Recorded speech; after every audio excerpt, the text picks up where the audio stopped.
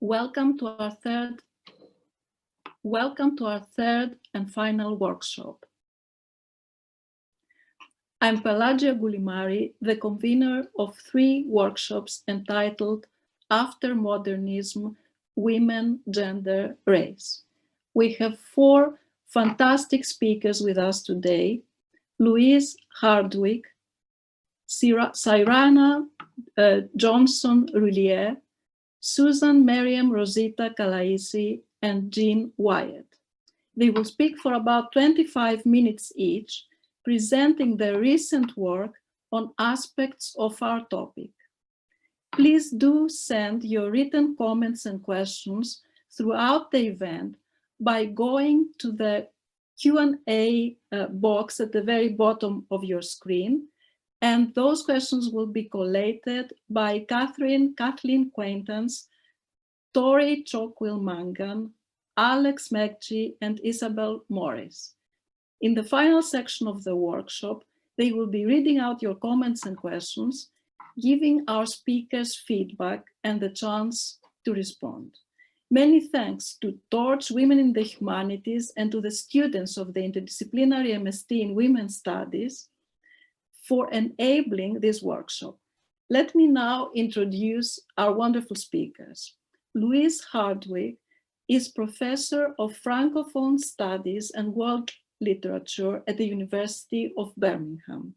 She has published widely on Francophone Caribbean literature and film, including the monographs Childhood Autobiography and the Francophone Caribbean 2013, and Joseph Jobel, Negritude and the Novel 2018. Her research has been funded through major EU and AHRC fellowships and undertaken in collaboration with community partners in the UK, France, and the Caribbean. Cyraina Johnson-Roullier teaches modern literature and literature of the Americas at the University of Notre, a former Ford Foundation postdoctoral fellow. She is the author of Reading on the Edge: Exiles, Modernities, and Cultural Transformation in Proust, Joyce, and Baldwin 2000.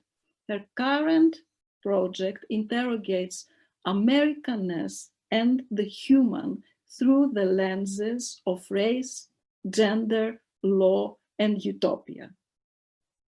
Suzan Meryem Rosita Kalayci thinks and writes about silence in history.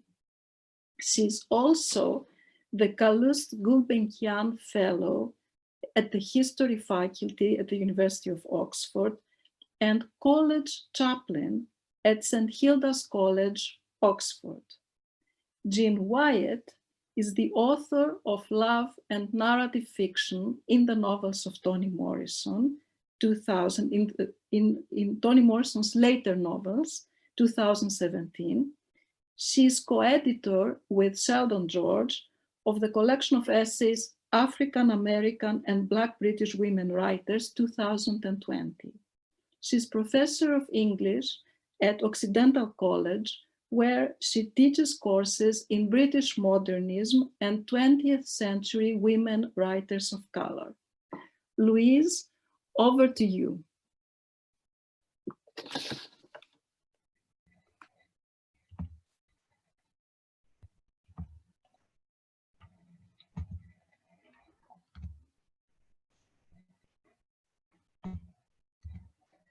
Okay, I can see my PowerPoint. Hopefully everybody can.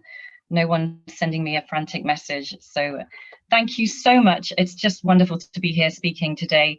That last session was, hang on, I've got a message. I hope it's all okay.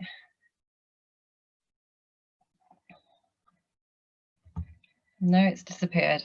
Okay, that last session was fantastic. We ended with papers on French colonialism and lost women creators working on race.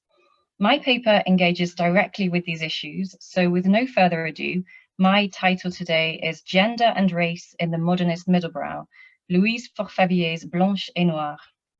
I'll be working through 3 sections: rediscovering Forfavier, French modernist middle brow, and then moving on to think about staging race and colonial mimic men. In 1926, Man Ray published an image in French Vogue, which became a modernist icon with celebrity status rare for a photograph.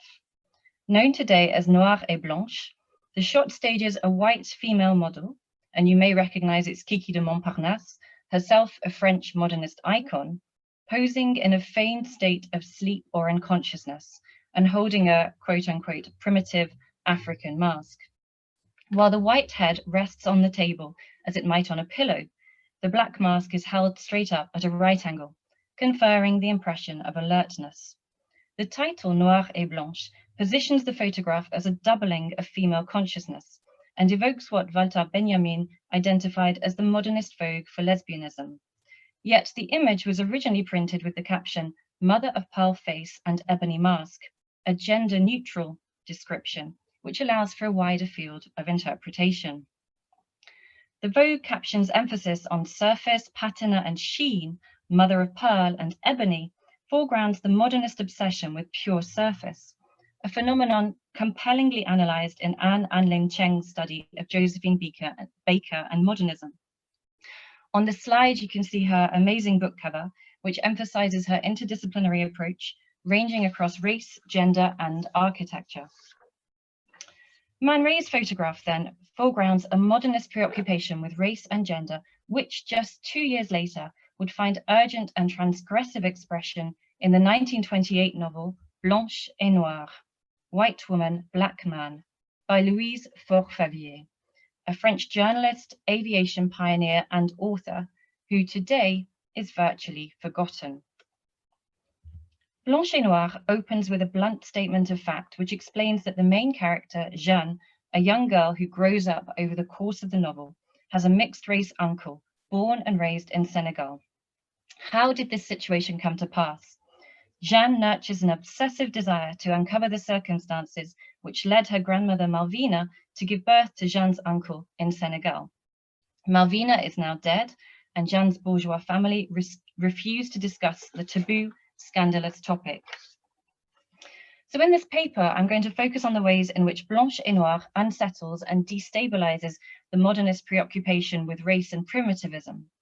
The novel advances what we can now understand as an intersection of feminist and anti-racist discourse. Furthermore, the novel is a rare example of a modernist woman writing expertly about cutting-edge technology. Although never a licensed pilot, Forfavier, and you can see her on the slide at different stages in her career, Forfavier was a leading journalist and writer covering the dawn of commercial aviation. From 1921, she published a series of official French aviation guidebooks. And again, you can see one of the fantastic covers on the slide, for which she received praise from the Académie Française.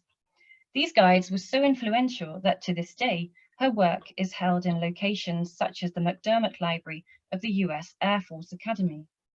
Forfavier also set a number of speed records, the first of which, in 1919, for Paris to Dakar, demonstrates her first-hand knowledge of Senegal, relevant to Blanche et Noire, in which Senegal, or rather the dream and idea of Senegal, feature prominently. So journalism allowed Forfavier to develop her passion for aviation and emphasize its specific potential for women. We see this in particular in her articles on the aviatrix Adrienne Bolland. Bolland possessed a winning combination of daredevilry, aeronautical expertise, and photogenic looks. She was particularly famous for her loop-the-loops. In 1920, Forfavier became Bolland's first passenger and wrote an article in glowing praise. 1 year later, Forfavier wrote another article to champion Bolland's achievement in becoming the first woman to fly over the Andes. And you can see on the slide the French commemorative stamp and also Bolland posing in front of her aircraft. So back down on terra firma, art mirrored life. Louise Forfavier set a number of cultural firsts and became connected with leading figures of French modernism. 1913 is generally said to be the annus mirabilis for French modernism.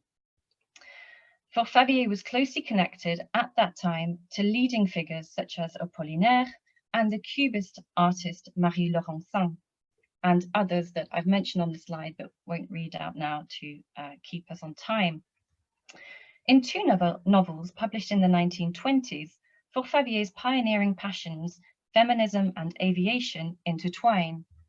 Those novels are Les Chevaliers de l'Air, the first novel about civil aviation as opposed to military aviation, and Blanche et Noire, the first French novel about a mixed-race relationship between a white woman and a black man. Here, too, aviation is crucial to the denouement, as the absent Senegalese uncle literally flies in at the end of the novel to reveal his name, François, and present his version of the events leading to his birth. Both novels are significant for their demonstration of a wider association between flying and feminism in the 20s. This connection is compellingly stated by Suzan Ware in her study Still Missing. Ware notes the emergence of the new term air-minded, indicative of a nascent hope that aviation would reorder human society and promote world peace. When everyone took to the air, society would be transformed along the lines of democracy, freedom, and equality, and perhaps even women's liberation. Privileged white women were embracing this new worldview, air-minded, on both sides of the channel. In a 1928 publication calling for gender equality, the Irish-born aviator Lady Heath invokes a particularly gendered form of privilege and provocation through the ditty, "Woman's place is in the home, but failing that, the aerodrome." Despite the demonstrable wider cultural valence of Louise Forfavier's works, by 2005, Roger Little, the critic who has done the most to recover the author's memory, could only sigh that Blanche et Noire had been condemned to be forgotten. Such claims of neglect hold for the author too. Despite her conviction that aviation must lead to new forms of consciousness and perception, Forfavier herself simply ceased to be seen. I now want to think about why and how she came to be forgotten. In recent decades, a groundswell of work has examined the persistent, deliberate exclusion of women writers from the literary canon. Jennifer Milligan's The Forgotten Generation argues for the readmission of interwar French female authors into modernist literary history, and is written under the banner of Louise Bernikov's acerbic remark that when women writers were lost, someone lost them.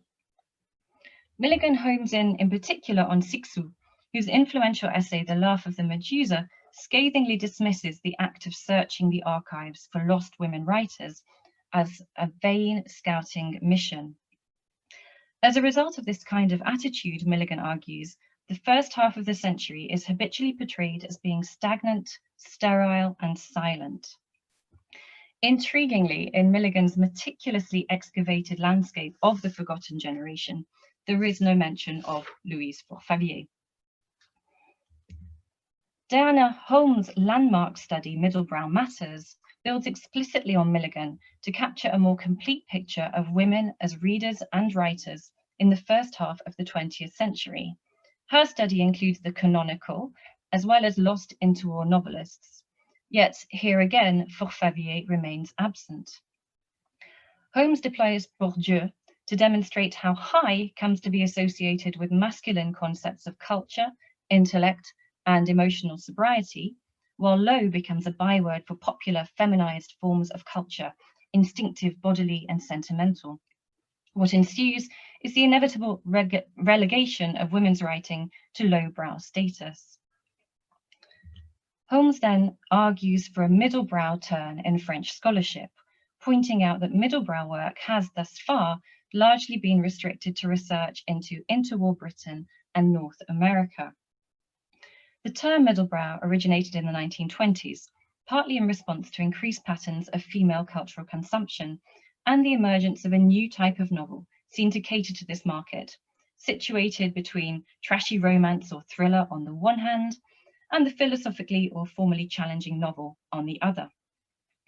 A further decisive aspect of middlebrow scholarship, particularly in the Anglophone sphere, has been to expand the field of study beyond prose fictional poetry to include analyses of print journalism, including glossy magazines, areas in which women have frequently held leading roles and made prolific contributions. And I'm thinking here in particular of the work of Faye Hamill, one of our colleagues up at Glasgow. In the recovery of a thinker as prolific and protean as Forfavier, the middle brow offers a potent means of analysis. What's evident too is that thus far, research into the French middle brow has completely neglected to recover women writers working on race. So there has been some fantastically important work undertaken, but there is a blind spot within that work where authors working on race are concerned. So Forfavier, for example, and others are persistently absent. This paper begins to make this turn towards rethinking gender and race in the modernist French middle brow. Despite this neglect, Forfavier has attracted the attention of Robert Wall, a leading cultural historian of aviation. He accords her a curiously lengthy footnote in his survey, The Spectacle of Flight. Restricting his focus to Les Chevaliers de l'Air, Wall concedes that the novel demonstrates a firm knowledge of the early 1920s French aviation context. But he then derides Forfavier for, and the quotes on the slide, a style that makes Danielle Steele appear, in comparison, a master of prose.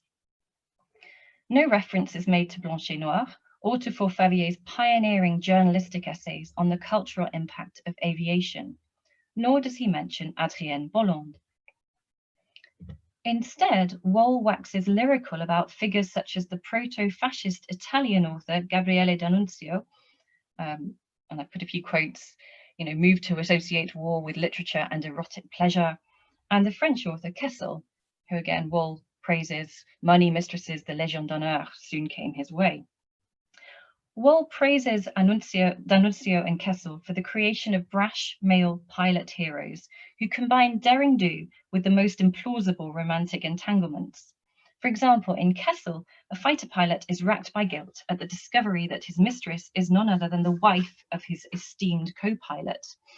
It's a melodramatic twist worthy of, say, Danielle Steele, although now Wall fails to make this connection.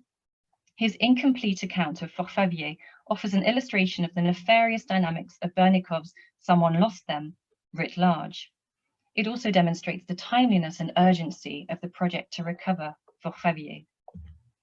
So in my second section, I'm going to think a bit about staging race and how Blanche et Noir undertakes this. So Blanche et Noir is visionary in its depiction of the agency of colonized peoples in France.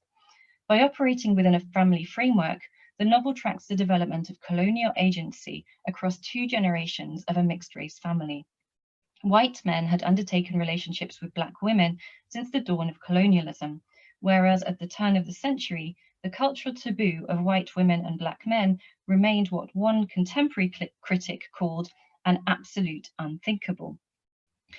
Forfavier ingeniously orchestrates a plausible context for Malvina's encounter with her future African husband, Sombalaobe Thiam, by setting this part of her novel at the Universal Exhibition. This was a kind of World's Fair held in Paris in 1889. So just to be clear, this is 40 years before Forfavier writes her novel. Blanche et Noir is a modernist reimagining of what might have possibly happened in 1889. So in that 1889 Universal Exhibition, the Eiffel Tower was brand new. It had been erected specially for the event, while down at ground level, French visitors marvel and recoil at the human bodies placed on display for their entertainment in what was called the Senegalese village. And this is illustrated on the slide. Forfavier's narrative, in common with other narratives of her time, does not pause to consider the degradation inherent in the spectacle of human beings on parade. In recent years, a number of landmark studies have analysed the phenomenon of the human zoo across Western societies, advancing an urgent post-colonial discourse on an international cultural phenomenon which endured over a period of about 60 years. As Walter Putnam observes, any zoo is a simulacrum, pure and simple. In the case of the Paris exhibition of '89, the simulation involved transplanting approximately 400 Africans to live in reconstructed villages at the foot of the Eiffel Tower, and the most prominent was the Senegalese village. In the longer paper, I have a much longer section discussing and problematizing the display of human beings in 1889. But as time is tight today, I'll skip forward. The rediscovery of Forfavier's novel and her character, Sombala Obitiam, has actually catalyzed the recovery of fascinating historical articles. Roger Little has identified that her character with the name Somba Loobitiam is actually named after a real person who was placed on display at the exhibition in 89. And Somba Loobitiam was actually interviewed by journalists. We have his reported speech, and he strongly objects to the humiliation of being placed on display. In the course of my research for this paper today, I've identified 2 previously unknown archival photographs of this very man. So now you're looking at Somba Loobitiam, photographs taken in 1889 at the exhibition. A confident subject with a flamboyant air, he's photographed twice, front and side, a scientific approach which frames him as yet another object on display. But he retains a remarkable agency. The recovery of a dissenting contrapuntal historical figure amongst the pomp and ceremony of the event makes a significant contribution to the understanding of the individual experiences of the large group of people placed on display. So Louise Forfavier was 18 in 1889. We don't have that much information about her. We don't know whether she attended, but it's more likely that she learned of Somba Loobitiam through books and press coverage of the event.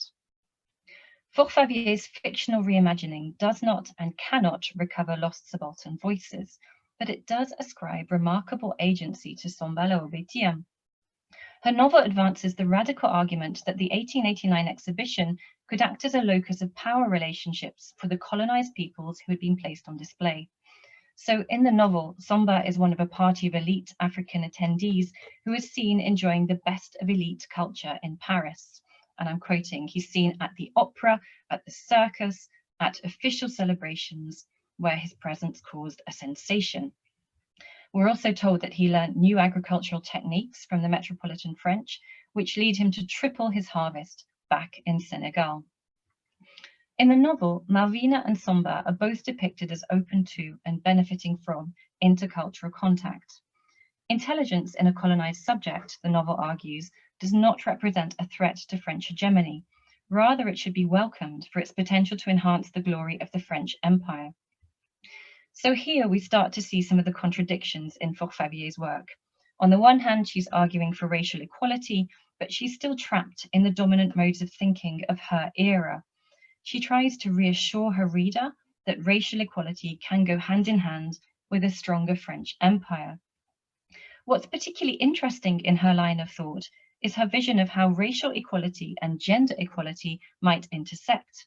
And she really develops this through the character of François, who I'll turn to in the final section of this paper. So when Jeanne at last meets her uncle François, their lengthy discussion is another instance of Forfavier's futuristic imagination. François flies down in his plane as though jumping out of a taxi. It's also a bold structural move. In the final 4 chapters of the novel, the conversation moves between a white woman and a mixed-race man, likely to be another first of modernist literature. In these final chapters, the text stages an encounter which can be understood as a proto-postcolonial disruption which holds particular resonance with Barbar's writings on the subversive potential of colonial mimicry. While the concept of mimicry has entered the mainstream of Anglophone postcolonial criticism, in French, its reception, like the wider reception of postcolonial theory, has been more restrained. In The Location of Culture, Barbar argues for the agency of colonized peoples against the mute and passive descriptions which characterize Said's Orientalism. His theorization of mimicry, in particular, provides insights into colonial structures of domination, ambivalence, and resistance, which I argue are anticipated by Forfavier's visionary colonial novel. For Barbar, colonial mimicry is the desire for a reformed, recognizable other, as a subject of a difference that is almost the same, but not quite. The obsessive desire to mold the colonial subject into a reformed, recognizable other is evident, he argues, in the absurd extravagance of Macaulay's Minute, in which Macaulay argues for the formation of a class of interpreters between us and the millions we govern, a class of persons Indian in blood and color, but English in tastes, opinions, morals, and intellect. In Forfavier's novel, Uncle Francois is the embodiment of a mimic man. Raised in Senegal, his French Republican education ensures that he exudes Frenchness and assimilation. Forfavier's novel here also anticipates Bourdieu. While the uncle and his niece are brought together by their claim over the objectified cultural capital of Malvina's ancestral home, it is their embodied cultural capital which strengthens an immediate sense of kinship. This is symbolized by a shared cultural artifact, the classic French children's tale Les Malheurs de Sophie, which provided Francois in Senegal with a model for imagining the life of his distant niece in France. Where Baba and Forfavier most closely coincide is in their identification of the transgressive agency of mimicry, which each writer posits as central to the identity of mimic men, although in different ways. In Baba, mimicry works to destabilize colonial hierarchical authority by drawing attention to the colonial other's undeniable humanity. The formation of mimic men, and for Baba, he only thinks mimicry through in terms of men, can lead only to a destabilizing of colonial power. The fact of the colonized people's humanity becomes an undeniable truth. This calls into question the very principles of superiority underpinning the colonial endeavor. And in his words, the menace of mimicry is its double vision, which in disclosing the ambivalence of colonial discourse also disrupts its authority. In Blanche et Noir, to what extent might the recognition of the humanity of the colonized other, Francois, lead to a destabilization of power hierarchies? Despite her unwavering adherence to French colonialism, Forfavier undoubtedly identifies the potential of the process understood after Baba as mimicry to subvert dominant power structures. Moreover, her imagining of a subversive colonial mimic man draws attention to blind spots in Baba's later post-colonial formulation. So, Forfavier perceptively identifies military service as a site of mimicry's subversive appropriation of its own form of agency, a development quite unanticipated by the colonial hegemony, and an agency which reveals itself at the intersection of colonial attempts to discipline, reform, and exploit the colonial subject. So here, to illustrate the real-life model she had, you can see two black French World War I fighter pilots, Eugene Bullard, born in the US, and Pierre Réjean, born in Martinique in the French West Indies. Moreover, through Forfavier's focus on the relationship between Francois and Jeanne, she posits another form of gendered subversion, which is quite ignored in Baba's paradigm. Blanche et Noir proposes, from an avowedly feminist perspective, that the superior ability of women to appreciate the sophistication of Black culture offers nothing less than a subversive stratagem with which to challenge French white male supremacy.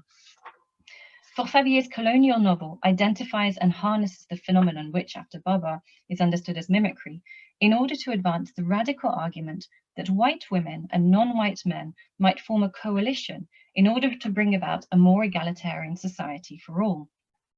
In the final sections of the novel, the suggestion of a proto-feminist interracial strategy of mutual liberation becomes increasingly urgent. In turn, the nuance of Forfavier's title, Blanche et Noire, shifts from the implied middlebrow genre of romance into altogether more politicized territory, and conveys the latent suggestion of a challenge to the established political order. So to conclude, wherever Forfavier's activities are positioned, be it mapping her work in the modernist middlebrow or as an aviation journalist hurtling through the clouds at record-breaking speeds, her rediscovery grants access to a unique perspective on race and gender in modernism, which is by turns subversive, contradictory, reactionary, but also revelatory of transgressive potential. Thank you.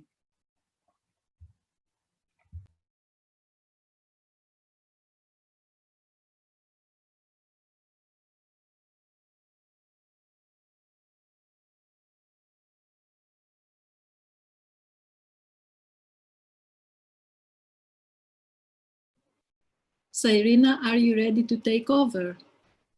Yes, I'm just putting up my video. Can you see me? Perfectly. Perfect. Okay, let me share my screen.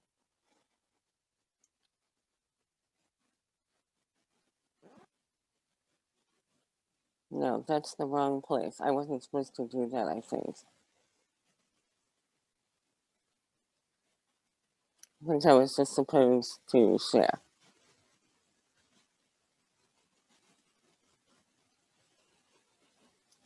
Sorry about that. We set it up and it's there, but now the computer is stuck. Cyraina, if you go to share again, if you just press share again. Okay, just a second. I'm terribly sorry for this. I am working in a new computer and it's not the best.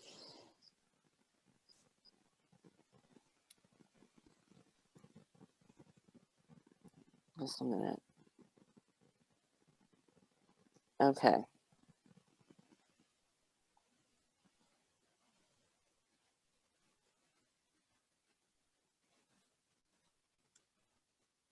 I do not know what happened to that page. It should have been right there.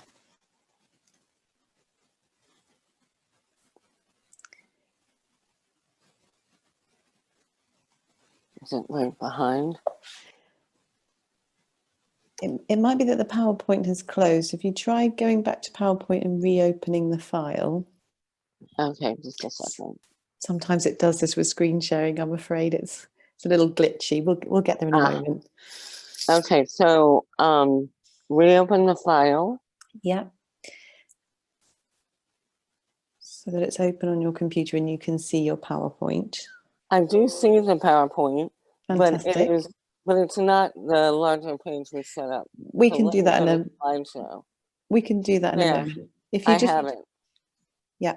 If you I set up the slideshow, but now I have a bunch of colors on the bottom. If you go to share screen, it should let you pick that as a window now.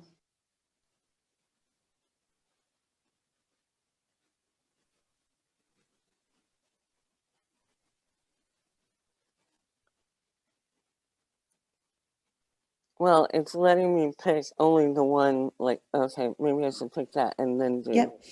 And then, yep, if you go to from the beginning, so all the way over on the left-hand side there. Yep. Click there. There we go. Thank you so much for your help. You're welcome. All right. So, thank you so much for being here, and thank you, Pelagia, for inviting me. I want to tell you that to begin, I've had a terrible computer crash, so I am working with my most recent backup. So I'm hoping that I will be able to still make everything interesting.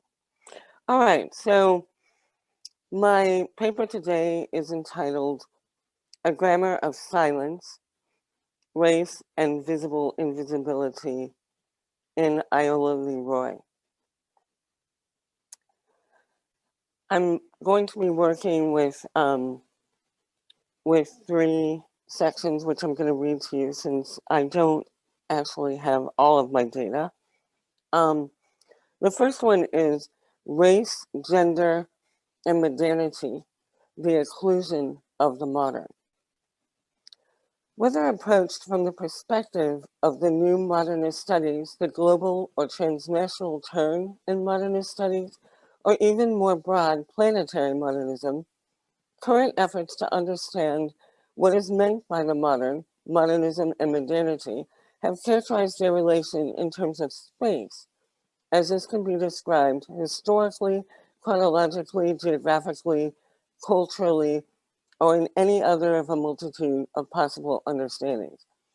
In some senses, in the wake of these developments, the meanings of these modernist margins have become so diffuse that, to use Marshall Berman's early understanding of modernity, all that is solid melts into air, at least from the vantage point of what Sean Latham identifies as the current lack of a, quote, clear sense of what modernism as a concept, a practice, or an aesthetic movement now definitively means.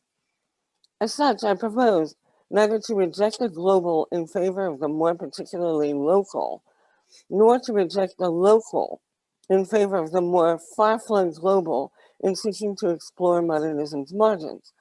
Instead, I am interested in the juncture of indeterminacy between the local and the global, and between modernism and modernity, as a means to enter the margin so as to move beyond something more than simply a return to the rootedness of an already well-known American modernism. This, I'm interested, I am interested in a project of seeking the margin not in search of that which has been excluded, denied, or unrecognized, but rather the hint of a new understanding of the modern, inaccessible except by a view of modern margins tempered by both global and local notions of the relation between modernism and modernity. In other words, investigating the significance of modernism's margins may also be viewed as opening the door to something previously unknown, something that doesn't use old and or familiar conceptions of the modern as a starting point, of the margin as a starting point. If the idea of margin is rethought as the edge or border of something, rather than as a moment of loss and or lack, then to investigate that margin might also suggest the simultaneous exploration of both what is known and what is not known, what is completely familiar and what is totally foreign, in the form perhaps of that which is absolutely unimagined and or even unimaginable from commonly accepted scholarly vantage points. What might it mean to imagine the unimagined, to reach toward the unimaginable, in seeking to understand modernism's margins in the context of new modernist studies, especially in terms of how this might reconfigure considerations of race and gender, in both in terms of modernism's margins and this line of inquiry? What I want to suggest is that to move beyond commonly accepted notions of race and gender in modernism and modernity requires an incredible act of the imagination, an unswervable faith in the creative potential of the unknown, and a perhaps as yet untried capacity for trust in possibility rather than the artificial confidence derived from reliance on a more customary certainty. The astonishing newness of such an act seems almost more than the idea of the modern can bear. So entrenched is it now in its own institutionally imposed rut, built of familiarity and resistance to change, even though the idea of the new forms one of its deepest and most important roots. Given this scenario, it is no easy task to overcome what is increasingly being recognized as modernism's too heavy reliance on the idea of whiteness as an essential factor, and its too frequent emphasis on an artificially imposed ethnic divide between the writing of white and African-American modernists. This is not to say that such articulations of the modern no longer hold value or have no place in contemporary modernist discourse. But if the problem of the margin in modernist studies is to be productively examined, it will also be necessary to acknowledge it as the centerpiece of frequent scholarly complaints about the lack of diversity in the field. What would it mean to reimagine the modernism and modernity in this way? Already, in drastically expanding the purview of the modern through a deeper interrogation of its inevitable relation to modernity, the new modernist studies itself has pointed toward previously unconsidered modernist margins. But it is when modernism and the modern are pushed into the actual frame of modernity, the reality of modernism's margins becomes both much more visible and much more tangible. In this more unaccustomed relation, it is the encounter between modernity and modernism's margins, especially as these may be described by race and gender, that takes on new meaning. Commonly accepted understandings of modernity viewed as a harbinger of change, and this is This painting by Claude Monet is one of the quintessential paintings of the machine and the changes that it represents in early modernity. Modernity, viewed as the essence of such change, takes as one of its most important properties the idea that it speaks to both the familiar and the unknown. In its focus on change, modernity also turns toward possibility, which, in its openness to a consideration of the edges and borders of the modern, both embraces that possibility and shifts it even further toward the idea of potential. As such, the particular newness of the new modernist studies transcends older conceptions of the modernist new, most profoundly in terms of its insistence on both possibility and potentiality, especially as both are found in the historical register, which was traditionally denied as having any significance whatsoever to a critical investigation of the modern. But it is here that the exploration of modernism's margins also comes together most significantly around the examination of race and gender. By opening up a space for consideration of the historical, modern discourse can contemplate a vast global and, as mentioned above, even planetary network of modern experience without exceeding the disciplinary parameters of the field. The significance of this for the perspective on race and gender, and specifically American modernism, is that this engagement with history in turn creates a different engagement with the modern, causing it to be filtered through modernity rather than simply considered in tandem with it. What this means is that when analyzed in terms of history, the modern comes face to face with modernity in a much more direct and immediate way. When this happens, rather than being hidden, shut down, denied, unrecognized, occluded by the disciplinary power of the modern in its traditional form, modernity displays a more recognizable centrality.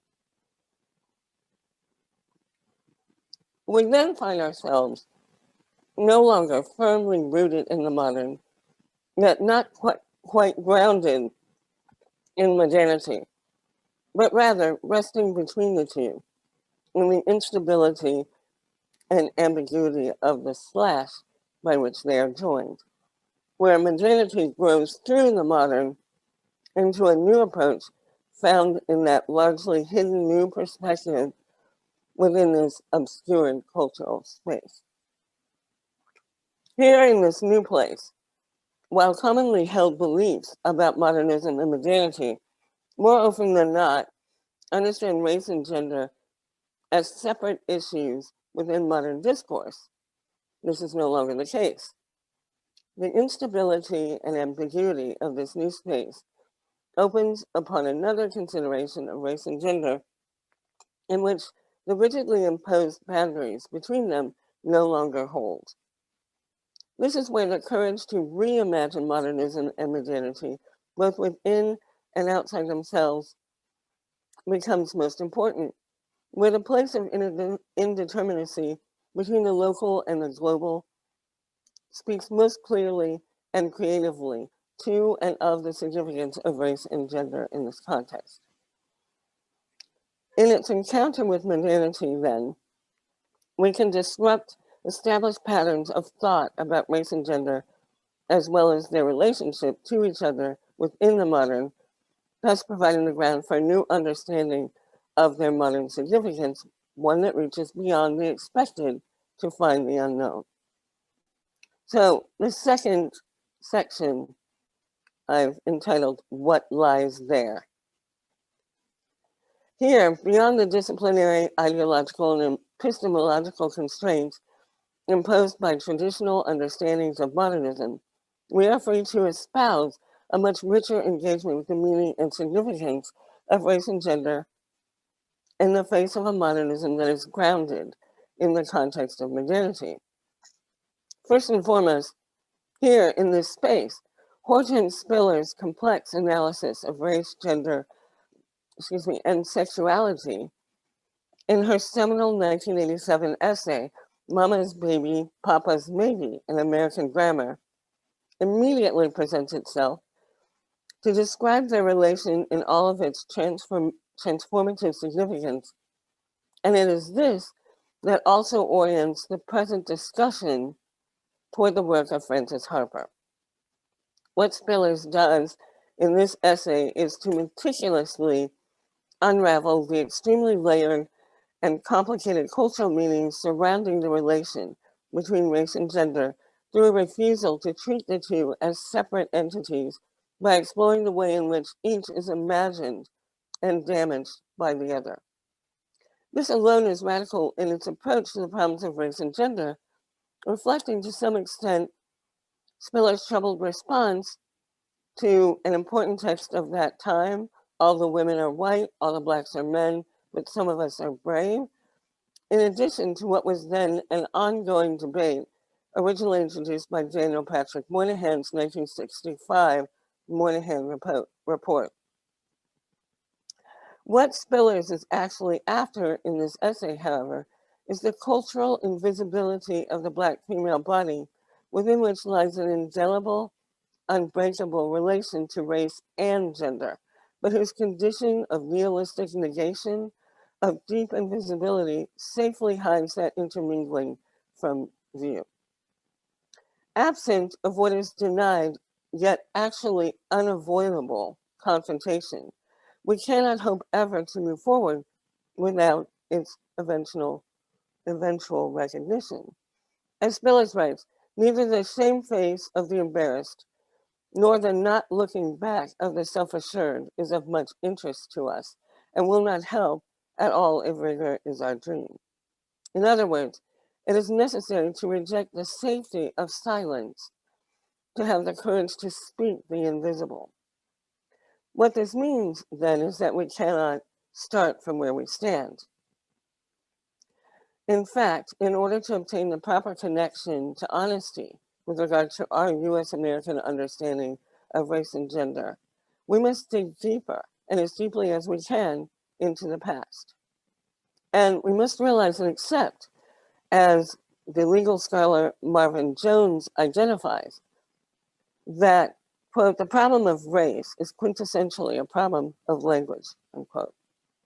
It is this problem that Spiller seeks to explore in Mama's Baby, Papa's Maybe, the intricate permutations of language in its descriptive and authoritative functions with regard to race, gender, and the imagination, both cultural and legal in early US America.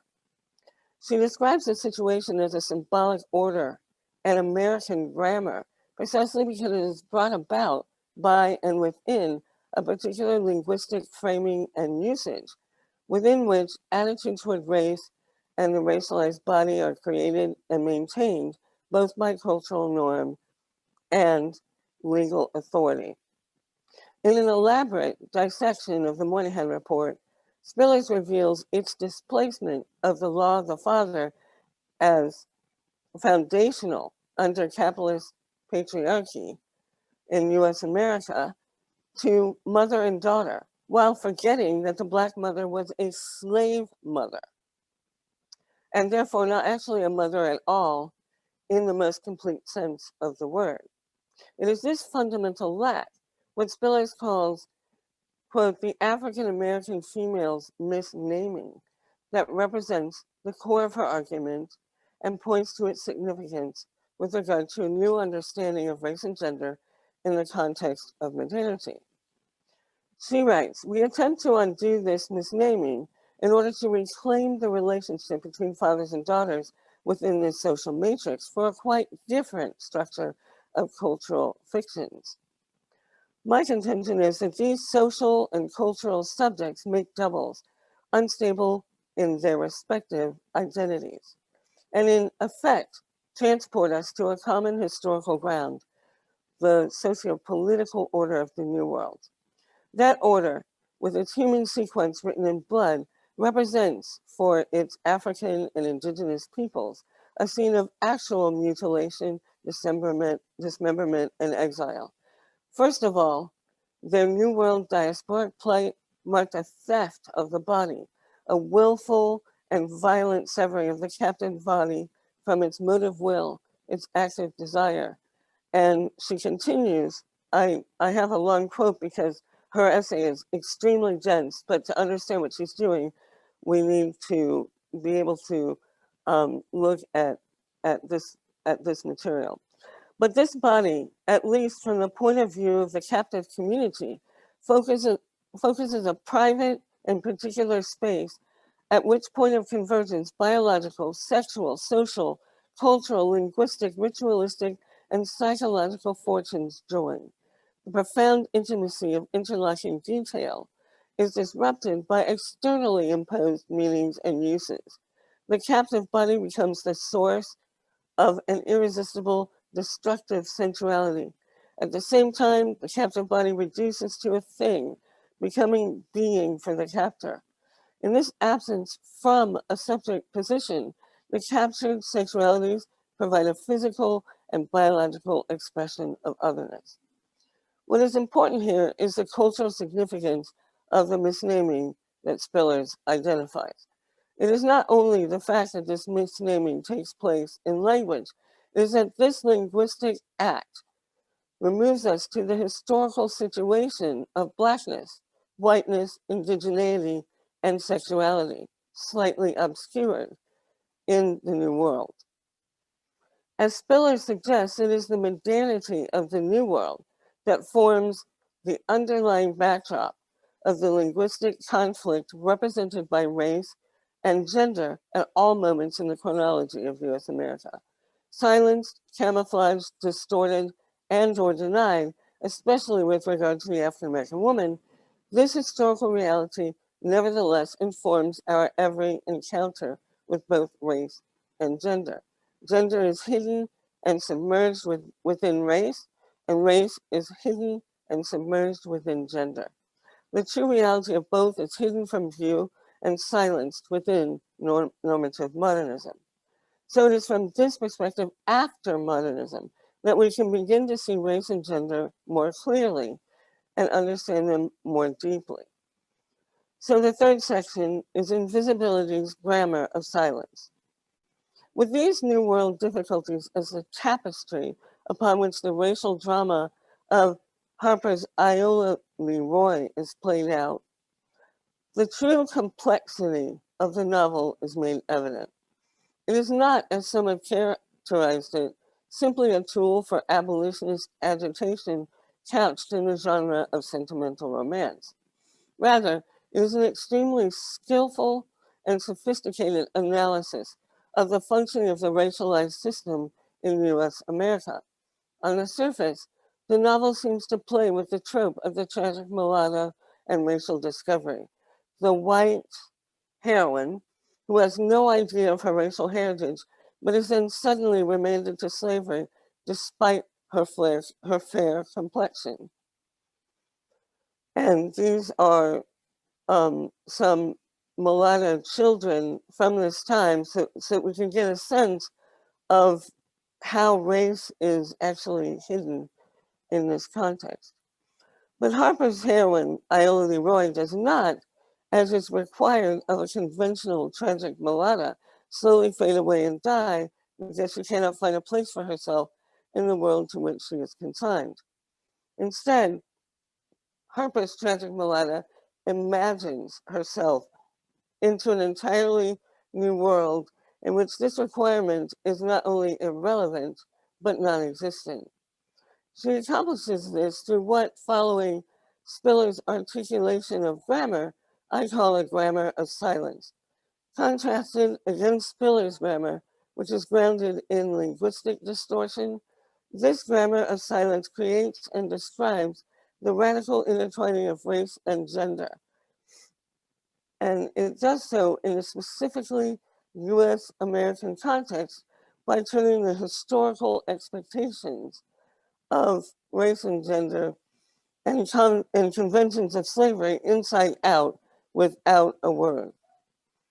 In this, it becomes another, albeit totally paradoxical grammar, which in its sheer perversity does not speak in words, but rather through the manipulation in silence of what is visible and invisible with regard to race and gender. And we can see this in what happens with Iola Leroy as she returns from the north to her home in the south. Initially, she has no idea that she is Black. In her innocence of the true reality of slave life, she believes she is white and supports slavery, but soon learns that she is indeed Black and will be remained into slavery. So it's not until she's finally told of her situation that she realizes the depth of her error on this score. And this is what happens in silence, excuse me, with regard to this front. Oh, I hope that he will be alive and growing better was the thought which constantly revolved in her mind until she fell asleep. In a dream, she was at home, encircled in the warm clasp of her father's arms, feeling her mother's kisses lingering on her lips. From this dream of bliss, she was awakened by a burning kiss pressed on her lips and a strong arm encircling her.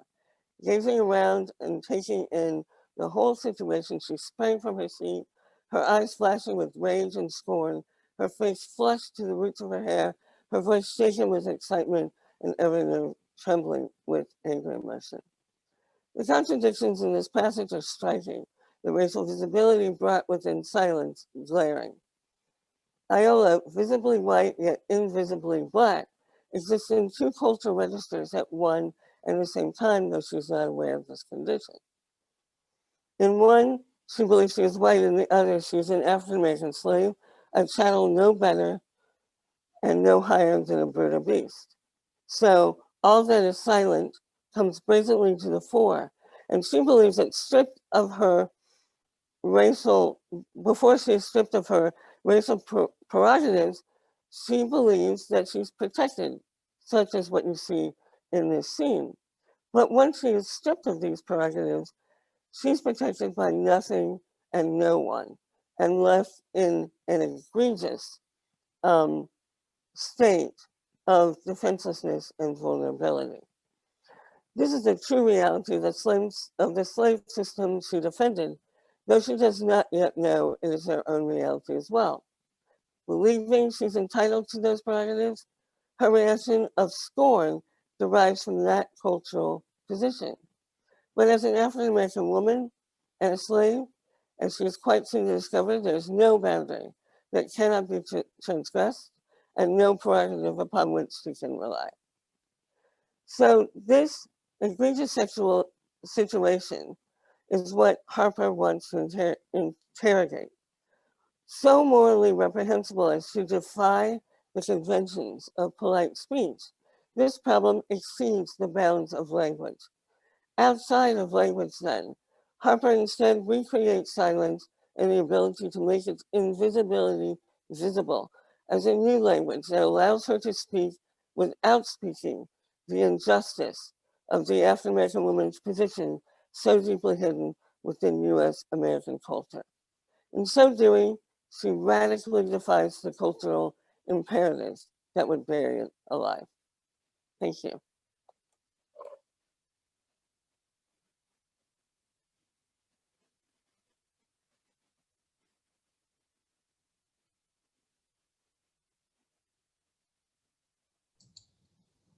Hello, everyone. So I'm the third speaker. I'm quite humbled by the papers that came before me because I actually didn't write a paper. I wanted to tell you I'm at the very beginning of my research about an Armenian woman called Vava Sarkis, and I just wanted to take the opportunity today to talk a little bit about her and also make visible how I'm going to research her story, because I think it's really, really important that we as scholars do and dedicate ourselves, or show how we write and how we approach our subjects. So I found the story of Vava Sarkis in a very peculiar oral history archive at Columbia University. And at the moment, we here at Oxford, we are digitizing this collection that is at the Columbia University in New York. We are digitizing it and we are transcribing the collection. And The collection holds around 128 interviews by child survivors of the Armenian genocide. These were all individuals that fled from Ottoman Turkey during or after the Armenian genocide 1915 up until 1920 to the United States and then settled in New York, except of Wawa. So first a little bit about the collection and why I find it so fascinating. So as I said, it's 128 people interviewed for the collection. The collection, it was interviewed, the individuals were interviewed in the 1960s, which is very, very early. If you consider, for example, the first Holocaust interviews were taken in the late 60s, so this is really very, very early. And it's also interesting that those interviews were not taken by professional oral historians, but by a family. So what you get in the records or what you get in the testimonies is a lot of, in the beginning, most of the interviews start with questions about the family because the families know each other. They eat, they drink a little bit of tea, they eat a little bit of food. So a very, very different setting than of, the professional setting of an oral historian and a genocide survivor. And it's really interesting because, the interviews usually are quite long, so 2 to 3 hours, and they start in English. And then, kind of the small talk boils down, and we all know that actually the reason why those interviews were taken is to record the experiences during the Armenian genocide. And it's very peculiar because the closer we arrive at the time on the tape, when people are going to talk about the tragedy and the experiences, it's really interesting. There's a certain kind of silence then that appears, and I work on silence in history, so for me this was very, very interesting to discover. Another very interesting thing about the collection is that mostly when people are talking about the genocide, they change from English into either the native Armenian or into Turkish. And after they spoke about the experiences, they shift back to the day-to-day language of English. So this is just to give you a little bit of a feel of the collection.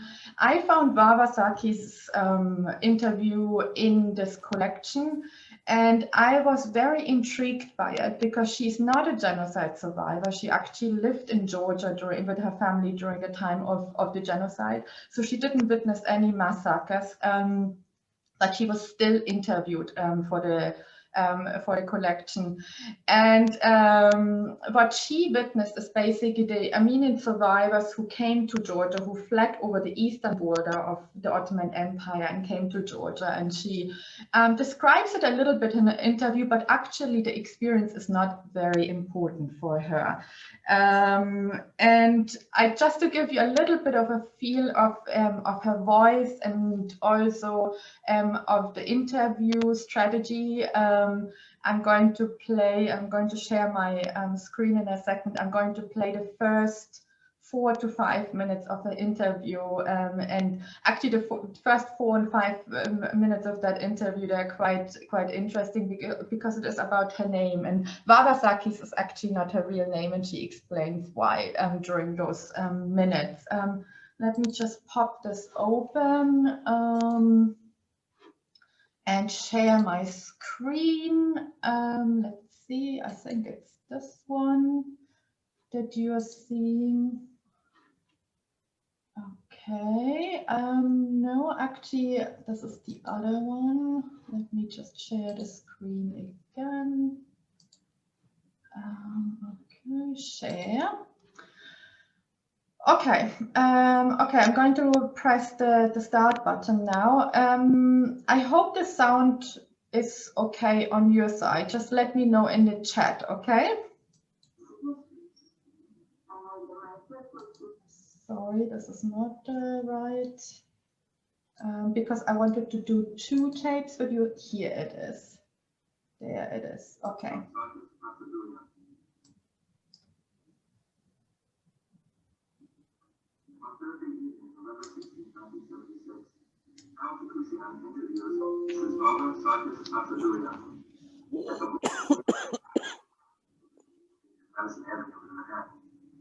Mrs. Sarkisian is the godwidow of lead artist Sarkis Hachadoyan.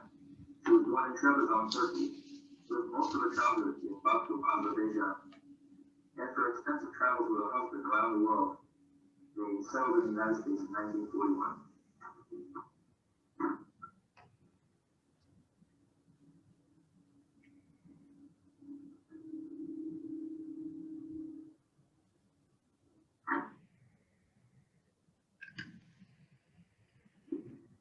What is your birth name, if it's not your birth? My name is Baba. Baba, I took my husband Satis. Baba Satis. The name was Baba from birth. Yes, no, because another my husband planted Baba. Baba Satis Katalunian. What was your maiden name? Name Cyraina. Cyraina. Like Peter Cyraina, if you prefer Cyraina. S-A-R-I-A-N. Cyraina. Let me ask you, Dr. Durham, what was you born? I was born in Turkey. Where we born, I see. Do you know your birthday? February 12th.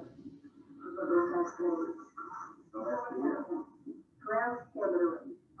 And the year? 21.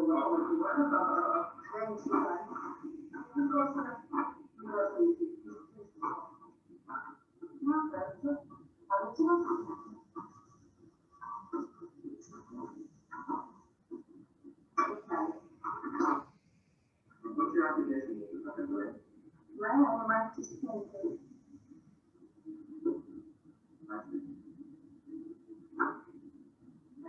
And one thing, when did you arrive in the United States? Oh, you know the second one, I think. Okay, I'm back.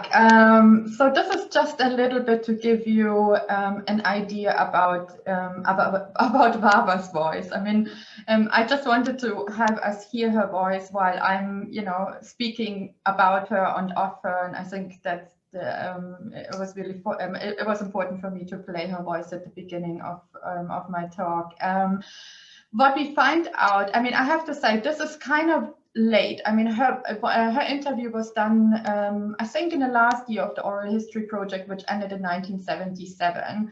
And the person who's interviewing her is actually the grandson of the person who started the interview project. So this is somebody who studies psychology at the time. He's around 25 years old. He studies psychology, and his grandmother told him about the oral history project of the family, and he said, "Oh, can I please interview?" So he's a little bit more formal, but if you go to the interviews in the 1960s, they are just families talking to families, which is what I said earlier. So what we find out in these first couple of minutes is, first of all, that Baba was born in Turkey.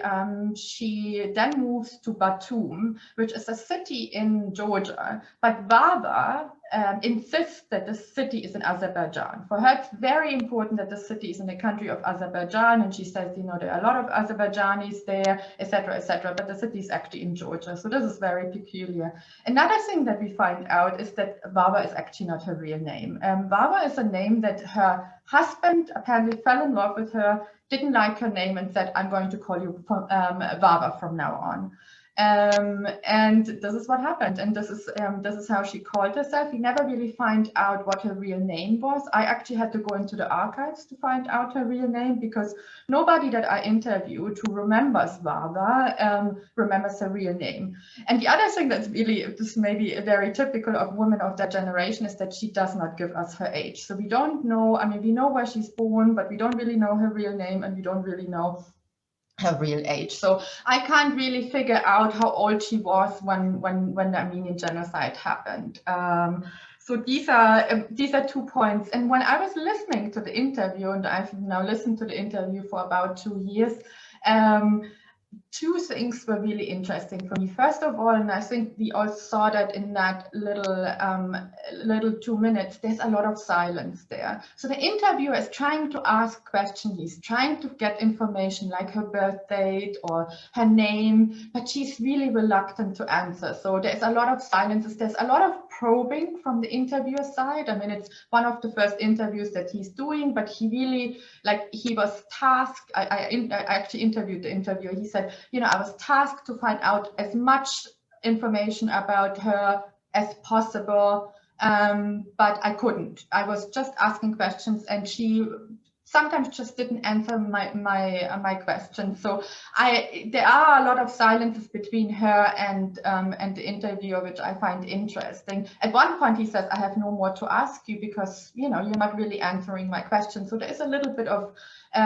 this dynamic in there. And the post-interview notes show that the interviewer says she was very condescending to me. She's very arrogant. So this is something that I thought was really interesting. But even more interesting, I think, if I think about her not giving us the name and not really, and this is kind of like a common thread throughout the interview, is that any kind of question that tries to tie her down to a city, to a place. There's, for example, a question about her home address, and she says, "I never had a home, I was always traveling." So any kind of real question, she's just refusing to answer. So for me, in a way, what did I write down? So I think Barbara is, first of all, the Armenian genocide is not really important for her. She knows she's interviewed for her experiences of, you know, witnessing the refugees who arrived in Georgia from Turkey, but she doesn't want to talk about it. She only wants to talk about what she wants to talk about. So she's refusing to become a subject of this traumatic past that is so weighing down her nation, but it's not weighing her down. I mean, she's absolutely refusing to become a subject of that traumatic past. And then on a second level, she's refusing to become a subject of the interviewer's probing question. She's just not answering his questions. And at one point, she even says, she says, "Look, don't ask me these questions. These questions don't belong to me. They belong to the ordinary Armenians. I'm not an ordinary Armenian." So this is kind of the dynamic that she has. And then on a third level, of course, because she's giving us so little of information, she's refusing to become our subject, because the historical essays are both, you know, an inquiry on historical facts, like when was this person born, etc., etc. There is not really an archival trace in the traditional sense that you usually find when you work on a historical person. So I was really battling with myself. I'm both very intrigued by her. I interviewed a lot of people about her, and everyone who remembers her, and it's really interesting, says she was the most beautiful woman they have ever seen. And every person I ask about Vava Sarkis, there's always a bit of like a gasp. So she has this kind of epic persona in the New York Armenian community. So I was thinking, how can I approach the subject? I'm very intrigued by her. And so I decided to engage an Armenian illustrator. And so I'm going to show you now, we have just started working on the illustration. And so I'm going to show you the illustration that Nevat, the illustrator, and I came up with. And this is just the first draft. We're thinking about going through 5 drafts. I've given Nevat both the transcript of the interview, but also the interview, also the Vava's voice, and some details that I thought were important. Let me just pop this up on screen. I'm going to show you, first of all, here it is, share. So what you're seeing here is my email box. Don't worry about it, but you see how many emails Nevat and I have exchanged. And this is the illustration that she came up with. So she writes, "I've tried to come up with the first draft of Vava's illustration. It's still raw, just an initial idea. I wanted to kind of picture her in New York with dramatic light and references to her portraits by Sarkis." So Sarkis is the painter husband who sadly died in 1943. And this is one of the paintings that, if you can see it, one of the paintings that Sarkis did of Vava. And there she is in this kind of pose.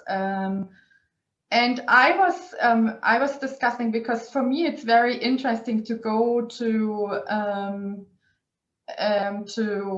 let me just pop up another stop share. I just have another Word document that I would like to share here. I think there we can see her a little bit better. Can you all see this? No, not yet. Okay, wait. I think it's just coming up. I think you should be able to see it now. Yes? Can somebody tell me? Yeah. Okay, so you're seeing the illustration again from Nevat. And when I got the first draft, I said, you know, actually, I would like to have I want to have her a little bit older. I want to have a couple of historical references.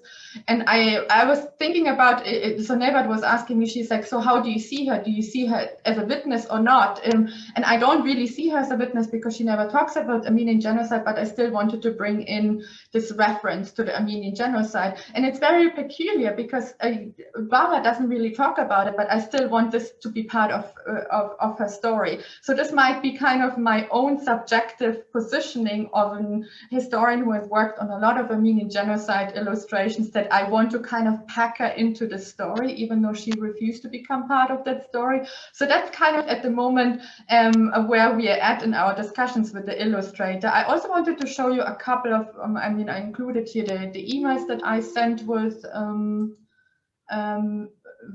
Nevat. This is a picture of Vava when she's around 50 with one of her lovers, because her husband died quite early, and then she led a very, very modern life as an Armenian woman. Here is a picture of her, if you can see it, as a very young woman and as an older woman. And then another picture of her next to a painting that was done of her. Let's see. Okay, so this is very interesting for me, that I'm approaching Vava not through what I usually do through theory and feminist writing, but I wanted to approach her in a visual way first. And I'm very happy to hear your thoughts on that, and I can talk a little bit more about the illustrations when we are doing our question. I just wanted to give us one more little bit of Vava. It's kind of the end of her interview. The sound acoustics they are not perfect. But this particular 2 minutes, you really see what I mean by her refusing to become a subject. So Harold Takushian, the interviewer, asks her, it's like, what was your business? And she says, it's none of your business. She's not really telling us how she earned her money after her husband died. And then he asked her, because he just couldn't come up with any more questions, he asked her, did you actually have children? Which is a very typical story question for women, even for me still, in the Eastern Mediterranean, you just ask, are you married? Do you have children? And then her very perfect answer to that. So let me just play that. I hope you can hear it. I will do my best on my side. Yeah, okay.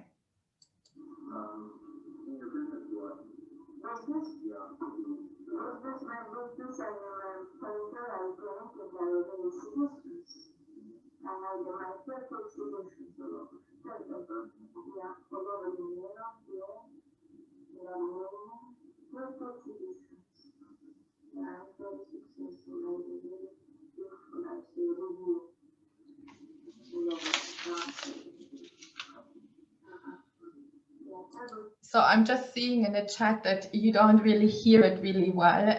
The collection is digitized now, so if you're interested in Vava, you could also listen to it by yourself. But what I wanted to, the part that was really interesting when he asked her this really traditional question, she answers, no, actually we have no children, which is also interesting because her husband is already dead. So she says, we have no children, we have paintings. paintings live much longer for eternity. What do you think? And then she laughs like a, you know, a very girlish laugh. For I think she's around 80 years old. So this is her answer, and I thought it was quite fascinating. So I'm seeing that I have like 2 more minutes. So this is kind of just to show you where I'm at and what I'm looking at and what intrigued me about this testimony. I think we all want to work on subjects that intrigue us, and I think first of all we need to find out why they intrigue us, you know. And you know, working on silence, I know that I often also do that with my students. For example, I send them in with a book. I mean, Tori will know. I give them a book and say, can you come back and tell me what was most interesting about the story for you? And each student is coming back with a different story. And I think that's the same thing when we are working as historians on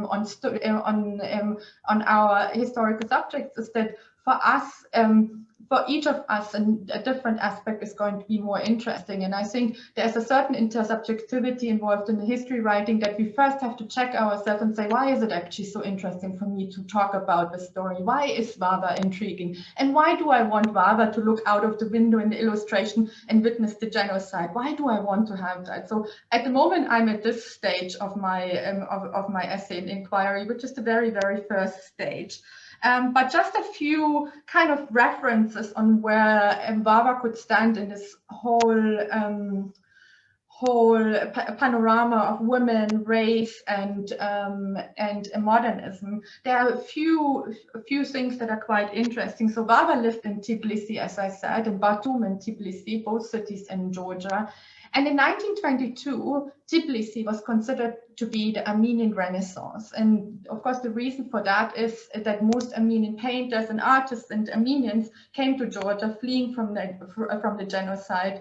And that kind of resulted in an Armenian Renaissance, because all of the painters and the artists that were fleeing and were actually usually spread out over the Ottoman Empire were suddenly in one city. And there was quite a bit of cultural scene in Tbilisi in 1922. So this could be one entry point into kind of looking at modernism, women, and race, of course. And another thing that I find very interesting about Vava in this context is that she refuses to become a national. She doesn't want to belong anywhere. Like, for example, she says, oh, we traveled everywhere, you know, all over the world. And her interviewer asked, which nation? She's like, I don't like the word nation. So she's very much against that. She doesn't want to belong anywhere, but she wants to belong everywhere. And I was recently reading a poetry of Osip Mandelstam, and he said, you know, anyone who has survived the 19th century is kind of like an orphan. And so I see, like, I could imagine myself, or I could see myself maybe taking up the notion of orphanhood, the modern orphans after the First World War, and describe her in kind of that prison that she refuses to belong anywhere, because belonging somewhere means that you also have to fight. So that could be an angle point. The other angle point could be, of course, she lived in Paris in the 1930s. She was painted by quite a few very, very famous painters like Henri Matisse, and, you know, her stories and her poems about being a model to a lot of painters of the scene. That could be another entry point. And the final point that I want to make maybe in this context could be her as a woman from the Eastern Mediterranean refusing to become a mother. Actually, at this point, when I'm 40, and, you know, this is kind of the question that I'm getting as a 40-year-old woman who comes from that region, is always, why don't you want to become a mother? So that could be very interesting for me, as, you know, as a subjective way into the essay. Could be very interesting to take up her refusal of motherhood and so there are many different ways the essay could go to, and yeah, I just want to finish with this, and thank you for listening.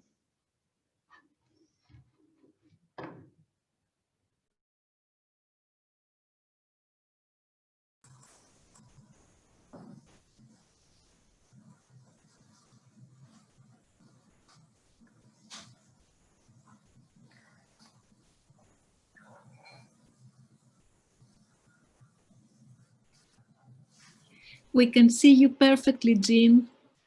Oh, I can't see you. So I have my video on, I have my mute on, but I'm not on the screen. We can see you. This is great. You can start now. Okay. Let me know if anything, I see where I am. Let me just see if I can get this. Okay. All right. So I'm going to talk about two novels and think about how each uses the alter ego. I'm Jean Wyatt, and I'm from Occidental College, and I'm going to be speaking about a novel from the 1920s, so a Black modernist novel by Nella Larson, Passing. And I'm going to be thinking about alter egos in her novel, and also in a Black woman writer of the contemporary period, Helen Oyeyemi, and her novel, Boy, Snow, Bird. So Nella Larson's novel is published in 1929, and Boy, Snow, Bird is published by Helen Oyeyemi in 2014. In the literary tradition, the alter ego is a human figure that represents a possible self of the protagonist, disturbs his or her stability, and often threatens to take over his or her position in the world. Larson enriches the literary conception of alter ego by embedding it in the relation between the protagonist, Irene, and her friend Claire, and showing how this relationship gives rise to Irene's quick transitions among alternative selves. Oyeyemi, who says that reading Larson's Passing influenced her writing of Boy, Snow, Bird, plays with the traditional concept by multiplying alter egos. So I'm going to talk about Passing first. When the character narrator of Passing, Irene, is in the presence of her friend Claire, she acts, speaks, and expresses feeling in a different mode from her usual rigid conformity to ladylike propriety.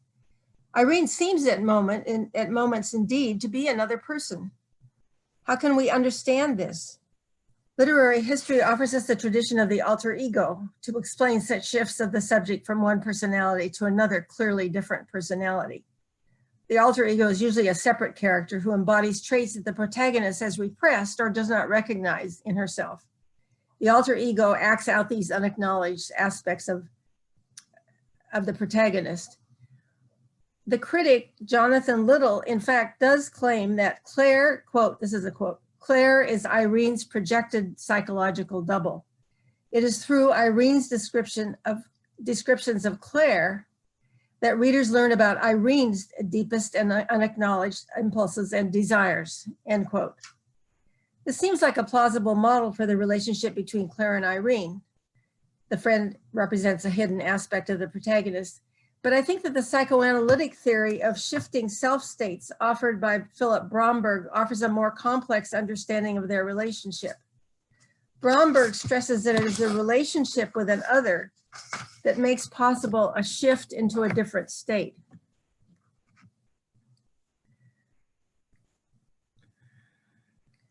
So I'm going to begin by describing an early scene in Passing where we can see Irene shifting her personality style through interactions with Claire. Irene first meets her childhood friend Claire after a separation of many years when both women are having tea in the posh Drayton Hotel tea room in Chicago. Irene doesn't recognize Claire, whom she last saw as a child. Claire is passing as white and has married into money. What Irene sees in the woman, who turns out to be Claire, is an elegantly dressed white upper class lady. In this first moment, Irene behaves in her habitual manner of perceiving the world through a class lens. She scrutinizes the woman's gestures intently, measuring them against a norm of upper class propriety. Quote, a waiter was taking her order. Irene saw her smile up at him as she murmured something. She would have classed the smile as just a shade too provocative for a waiter. Irene was sure the smile was too provocative for a waiter, end quote. Every gesture of the other woman must be classed, quote, assigned to a category. The second meaning of classed operates here too. Irene's judgment of the smile is linked to the woman's perceived upper class station. Most telling is the phrase, a shade too much. We are introduced here to Irene's habit of making minute discriminations between shades of propriety, precise judgments of those bodily expressions that fit her notion of upper class propriety and those that are a bit too much. It is in particular excess that triggers her disapproval.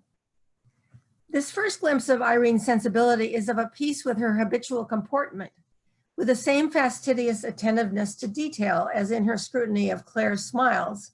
She monitors her own gestures and bodily movements to match the standards of upper class decorum.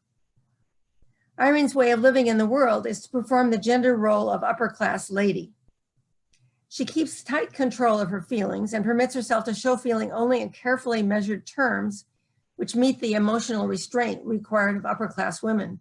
Apparently, Irene believes that a perfect imitation of upper class ladyhood will get her the security and social power she desires. This is an illusion. She is an African American living in the United States of the 1920s, where race governs the economic hierarchy and only white women are entitled to upper class status. Nonetheless, Irene pursues her dream, constantly monitoring her words and her bodily movements to express an upper class restraint. That means that desire, impulse, and strong feeling must be vigilantly repressed to prevent their breaking up Irene's imitation of upper class reserve.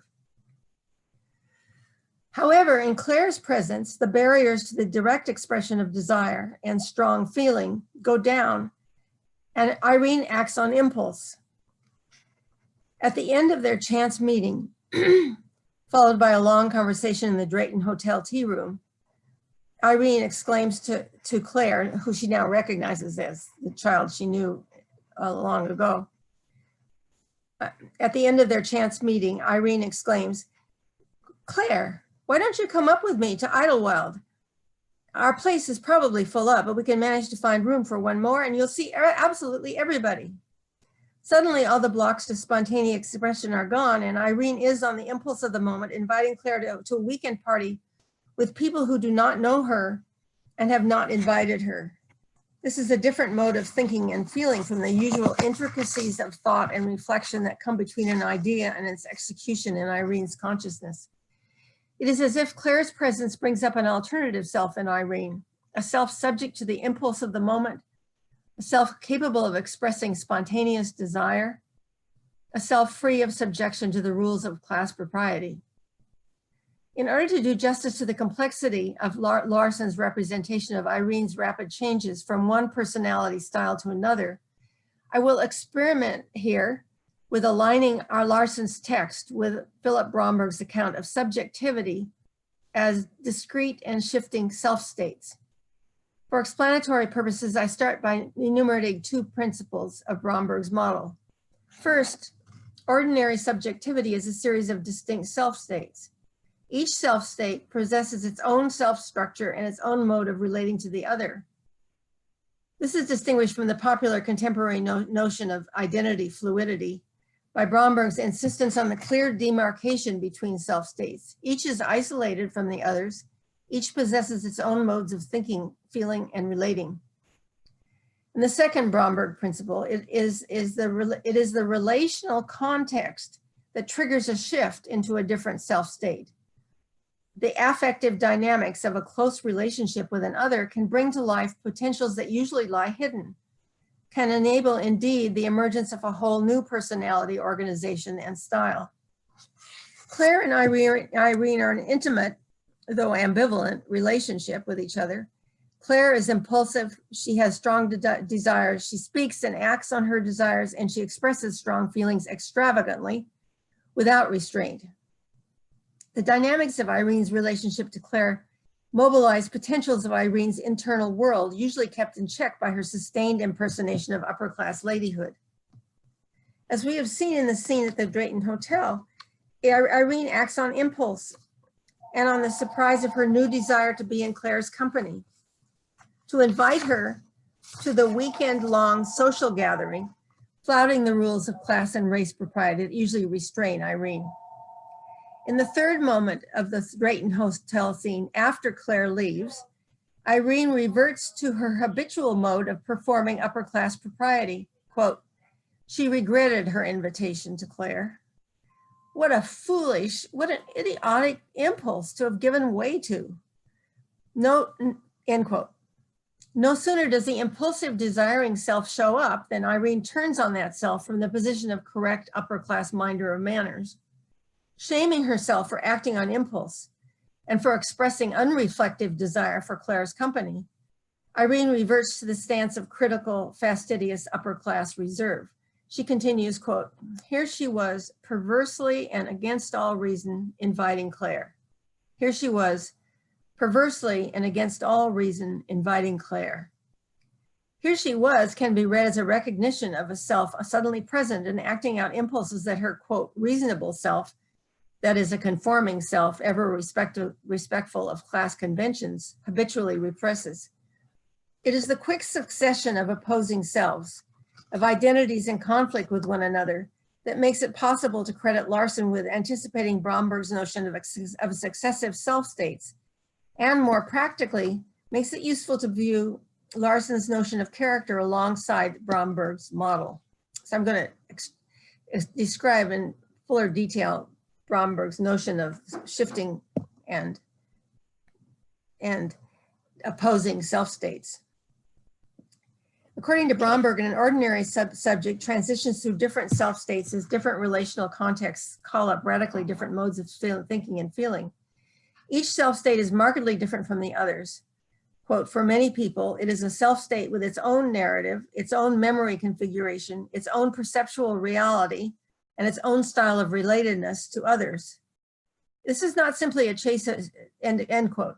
This is not simply a change of mood in an otherwise consistent personality. Quote, it is not simply something one feels.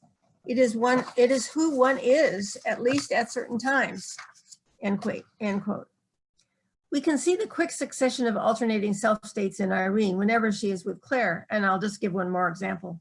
When Claire surprises Irene in her boudoir preparing for a party, Irene again acts on impulse, quote, looking at the woman before her, Irene Redfield had a sudden inexplicable onrush of affectionate feeling. Reaching out, she grasped Claire's two hands in her own and cried with something like awe in her voice, dear God, aren't you lovely, Claire? In place of Irene's habitual careful monitoring of emotion to keep it within ladylike bounds, there is an unmediated, untamed, quote, onrush of affectionate feeling, end quote. In place of the carefully regulated bodily movements that imitate upper class decorum, Irene grabs both Claire's hands and her words gush out in a flood of exclamations unhindered by the internal censor that usually imposes upper class restraint on Irene's expressions of feeling. After they have a long conversation during which Irene remains open to her own deepest fears and desires, Claire leaves. Irene immediately resumes the posture and sentiments associated with her performance of upper class ladyhood. Quote, immediately she was sorry that she had consented to it. This is to another invitation to Claire to take her to go to the Negro Welfare League dance. Quote, she was angry with herself and with Claire, but more with herself for having permitted Claire to tease her into doing something she didn't want to do. As in the Drayton Hotel scene, Irene has again issued an invitation to Claire to a social gathering with Black people, which in her present self-state, Irene finds inappropriate, socially unacceptable. Irene is angry at herself, or rather at the self that has presented itself in relation to Claire, for an impulsive act founded on identification with the unruly desires of the other. The impetuous choices that Irene makes when she is with Claire utterly baffle her when she returns to her, quote, self, that is to her customary performance of upper class lady, whose actions are always controlled by the rules of gender and class. Larson seems to be reaching toward a notion of self-states that are mutually incompatible. The motives and the acts of the one self are incomprehensible to the other. In Bromberg's benign view of alternating self-states, intimate relationship between self and other can enrich the subject as the dynamics of the relationship awaken unknown potentials in the subject. For Larson's Irene, the case is different. She is driven nearly mad by the plurality of identities that surge up in response to the various relational contexts in which she finds herself. I'm going to stop there and go on to boy, snow, bird. Helen Oyeyemi's Boy, Snow, Bird, written in, or published in 2014, is about powerfully disruptive identity transformations. Mothers become fathers, good mothers become wicked stepmothers.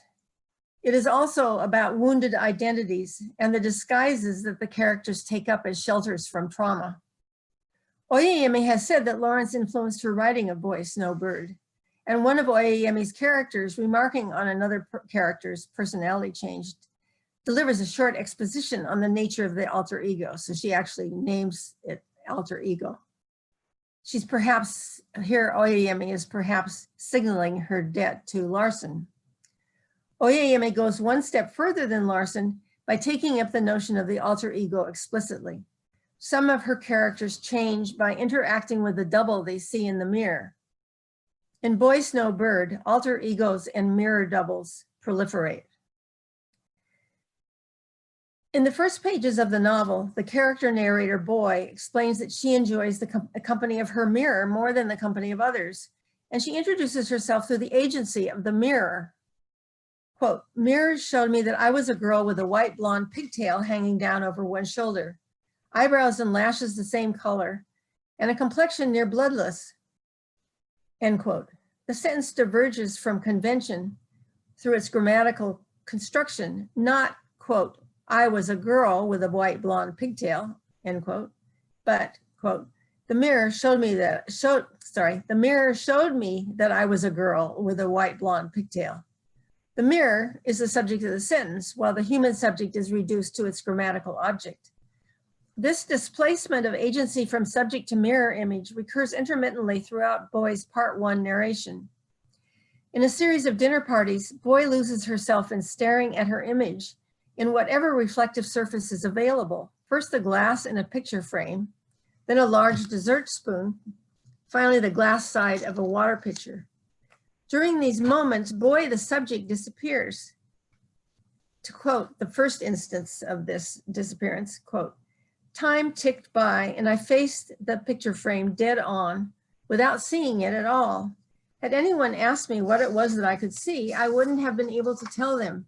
It was almost as if I'd left the room. When my eyes came back into focus, that was what I saw, a face I recognized, smiling. I've been looking at myself in the picture frame the whole time, end quote. In each of these moments, the mirror image smiles on its own. Boy herself is not the one who smiles. She is simply absent, as if she'd left the room. That's a quotation. The third instance of this self-absence occurs at Boy's birthday party after she has become engaged to Arturo. The birthday dinner includes his family, his mother Olivia, and various other members of the extended Whitman family. Olivia, the matriarch of the Whitman family, has given Boy a chinchilla stole for her birthday, which Boy puts on. Then she loses herself in contemplating her image in the side of a water pitcher. She returns to see her mirrored image smiling. Quote, the smile was a chinchilla fur kind of smile. Look what I got you, it seemed to say, and I can get you more, end quote. What this third instance brings up is race. Olivia, the mother of Boy's fiance, Arturo, is a believer in white supremacy. The present of the fur coat is likely a sign of Olivia's welcome of Boy into the family, a welcome enhanced by Boy's indisputable, indeed superfluous whiteness. For Olivia values white beauty as a badge of white superiority. When the mirror image smiles at Boy and gets a voice saying, quote, look what I can get you, and I can get you more, end quote, the social capital of Boy's whiteness, or super whiteness, as described in the novel's opening sentences, begins to come into focus. The mirror's voice instructs Boy on the material rewards of being white. In the United States, white supremacist racial hierarchy, Boy need only show her white beauty to receive admiration and a chunk of worldly goods. What is remarkable in all these scenes is that the consciousness of the subject disappears into the mirror image, which smiles entirely on its own. The double in the mirror sucks up the viewing subject's consciousness and agency to enact its own agenda. Race turns out to be a major concern of the novel, but a reader does not know this from reading its first 135 pages. That is because our knowledge of the fictive world is strictly confined to the limited perspective of Boy, the first-person narrator, who does not know certain truths about the familial world she has entered. A newcomer to the town of Flax Hill, Massachusetts, Boy meets and marries Arturo, and thus becomes part of the close-knit Whitman family. No one informs her that all the Whitmans are passing for white, although they are culturally Black and legally Black as well in parts of this mid-century United States. The reader has been deceived by racial passing along with all the white townspeople of Flax Hill. A reader is led to believe for more than a third of the novel that she is reading a story about young white people exploring their options for courtship, love, and marriage. Boy, and the reader too, discover that her husband and his family are passing only when Boy gives birth to a dark-skinned African-American baby girl. Arturo's withholding information about his family's racial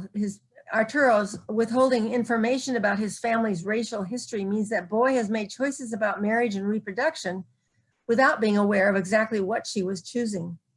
Entering motherhood without having thought much about race, she is suddenly responsible for her Black baby's welfare within a racist and social order that will do that baby harm. Boy's resulting emotional imbalance shows itself in a self-division into alter egos. First, she undergoes a self-division into mother and baby. She becomes her baby. She thinks of herself as her baby and has dreams, especially where she is in the body of Bird and the soul of Bird. Bird is the baby's name. And as she becomes so close to her new baby, as her dedication to her Black daughter grows, she distances herself from her stepdaughter, Snow. Snow, Arturo's daughter, and thus Boy's stepdaughter, is even at age 8 a radiant beauty, adored by all her family relatives and by the world at large for her white beauty. Boy's new position as mother of a Black child calls for a strategy for coping with racism, but Boy, untaught in matters of race, is unable to perceive the structural racism that surrounds her child as a source of trouble. Rather, she transfers blame for the threat to her baby to the innocent child Snow and moves toward getting rid of her.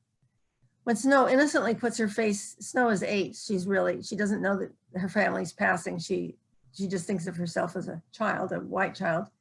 When Snow innocently puts her face next to the baby sister she loves, Boy is filled with hatred. Quote, Snow leaned over Bird's crib and pressed the side of her face against the side of her sister's face, as if showcasing the contrast between their features, and she gave me a look of radiant, innocent virtue that made my skin crawl. My hand came up to knock that look off her face, end quote. We readers may be able to see the scene of Snow's putting her face next to Bird's as a picture of sisterly affection. A reader may even be able to move beyond Boy's rage to see that what makes the contrast between Snow and Bird infuriating is not Snow herself, but the larger optics of Black versus white that support the US racist order. But Boy here and in the following pages mistakes the 8-year-old child Snow as the source of the problem. Boy has enough clarity of vision to recognize the signs of mental disturbance in both her dreams and her waking life. She says, "This doesn't feel like my life. It feels like somebody else's. I'm standing here holding somebody else's life, trying to keep it steady while it bobs up and down like a ferocious balloon," end quote. Here, Boy explicitly names her state as self-transformation. The alter ego that beckons here is the, quote, wicked stepmother, quote, of Snow White. Boy replies to her own question, what can I do for my child, by sending Snow away from the family to live with a distant aunt. The rationale, although Boy doesn't say it, we don't know very much of her motivations, even though she's the first person narrator. Snow's white beauty will no longer be there to accentuate, by contrast, Bird's failure to be white. As she says goodbye to Snow, Boy slips into the alter ego of evil stepmother more emphatically by using the language of the fairy tale. She says, quote, Snow is not the fairest of them all, and the sooner Olivia understands that, the better, end quote. In Oyeyemi's revision, Snow is not killed but sent away and kept away for 13 years. Yet Boy's strategy does parallel the evil queen's. Boy causes Snow's white beauty to disappear from the scene. In rewriting the fairy tale, Oyeyemi complicates the figure of evil stepmother by showing the complexity of her motivations. She is cruel to Snow because she is trying to protect her child from racial oppression. However, that does not excuse her for the harm that she does Snow. I'm going to switch now to a scene near the end of the novel. When we discover that Boy's father, Frank, whom she fled in the first part of the novel, was once Boy's mother. As the father reveals to Mia, Boy's journalist friend, Frank was once Frances, a brilliant female graduate student who was raped one evening and then disappeared from graduate school and from all her friends. Mia reports to Boy, quote, "You want to know how Frank says he became Frank? He says he looked in the mirror one morning when he was still Francis, and this man she'd never seen was standing there looking back. He flicked the surfaces of his side of the mirror, and he said, 'Hi,' end quote. Frances then became the man in the mirror. That is, she changed her looks to match his. She changed her voice. She took on the personality that she thought she saw in the mirror image, and she became the father with whom Boy grew up. In Bromberg's vocabulary, this would be described as more than the mild sort of dissociation between ordinary self-states. This is dissociation, of fleeing from trauma and the suffering of trauma into a self-structure isolated from and impenetrable to the everyday shifts in self-states. But I think this psychoanalytic approach doesn't work very well here. Oyeyemi's account of the transformation from one gender to another is not detailed or developed sufficiently to warrant a psychoanalytic approach, and it's also offensive to many readers. The gender change is treated as a kind of enchantment rather than as a psychological process. I think it's more fruitful to think about how this identity transformation works in the rhetoric of the book's narrative structure. As I explained earlier, the novel begins with Boy in relation to her mirror.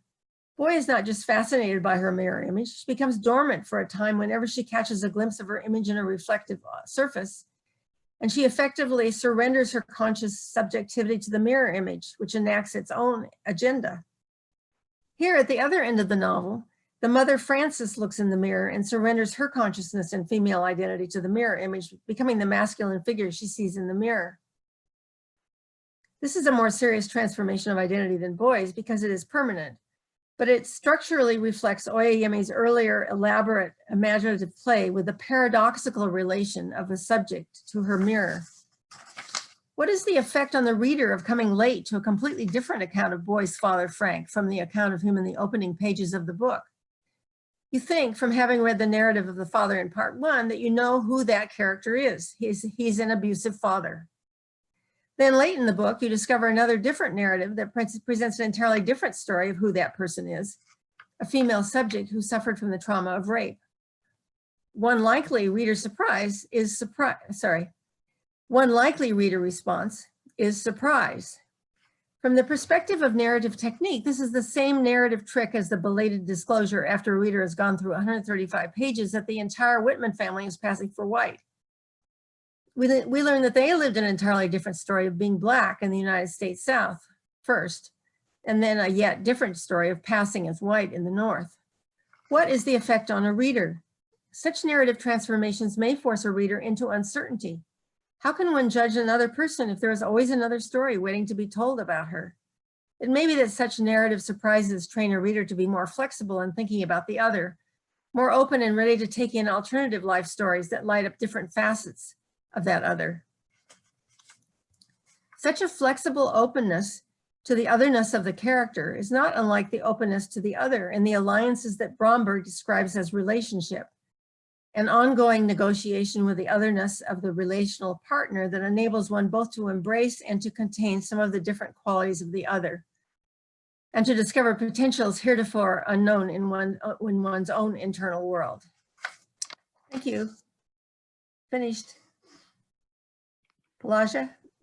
Thank you very much, everyone. May I please turn to Alex, Isabel, Kathleen, and Tori to ask them to put one brief question each, and then we will ask the 4 speakers to comment for a closing comment.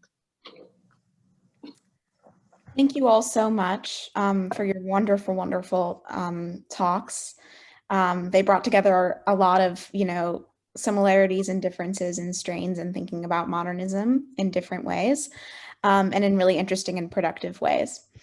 I was just going to ask one quick question, and then I'll pass it off to Tori, Alex, and then Isabel if we have time. I was going to ask to Louise about thinking about aviation and modern technology.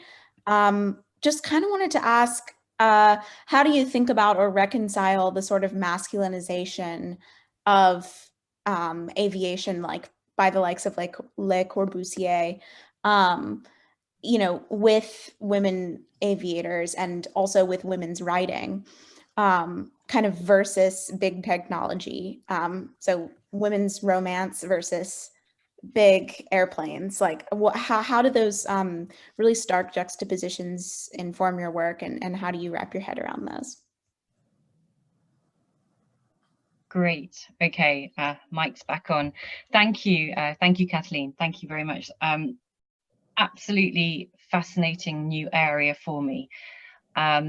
As we mentioned at the beginning of today, the bulk of my work has been on the Francophone Caribbean, and I came across this novel by Louise Forfavier about 10 years ago when I was asked to review a reissue of it as a Francophone post-colonial scholar, looking at the themes it deals with in that way.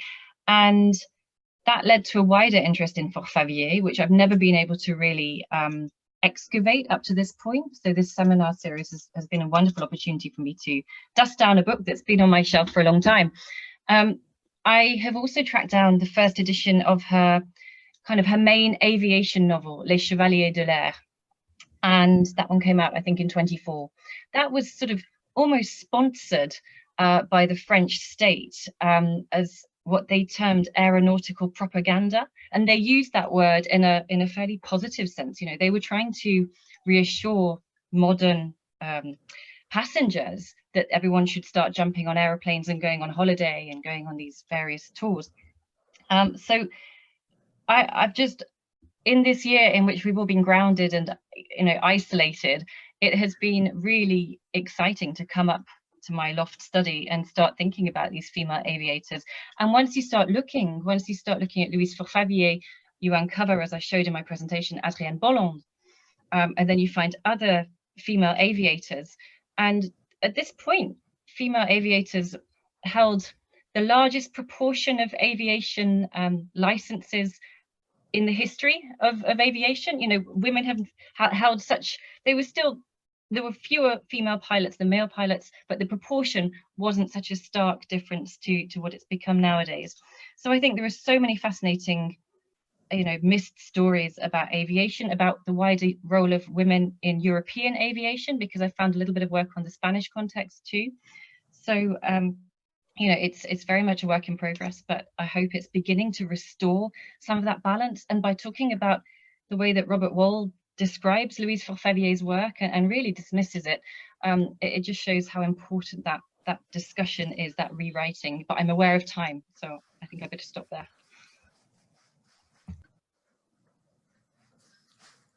Alex, Tori, do you have a question to ask briefly?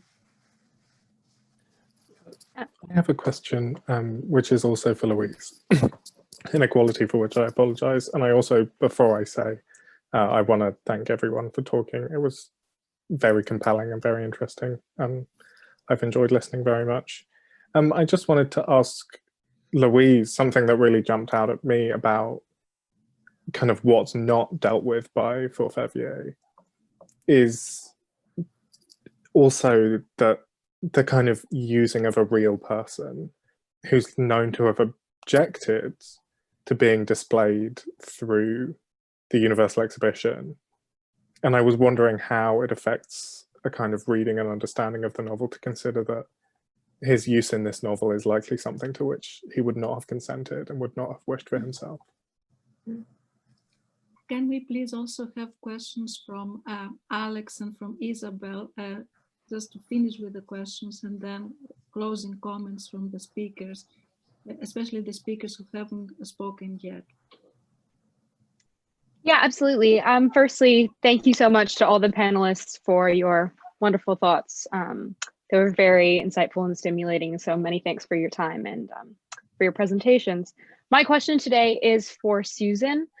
Your concluding thoughts about orphanhood and belonging really intrigued me. Just, it might be a bit selfish, but that's something that I'm working on at the minute. So, so I was just wondering if you could comment a little bit more on the ideas of belonging and orphanhood and dispossession in your research and in modernist thought more generally. And if you could just, yeah, provide a few concluding thoughts on that, I would really appreciate it. Thanks. Thank you, Alex. Isabel? So this is a question for everyone. So Louise and Meryem talked a bit about going back into archives and finding new things to bring to their work that hadn't really been discussed before. And so for everyone to think about how does this kind of rediscovering process relate to an understanding of modernism, and how does sort of troubling chronology and the ways in which things are presented work for you in your work?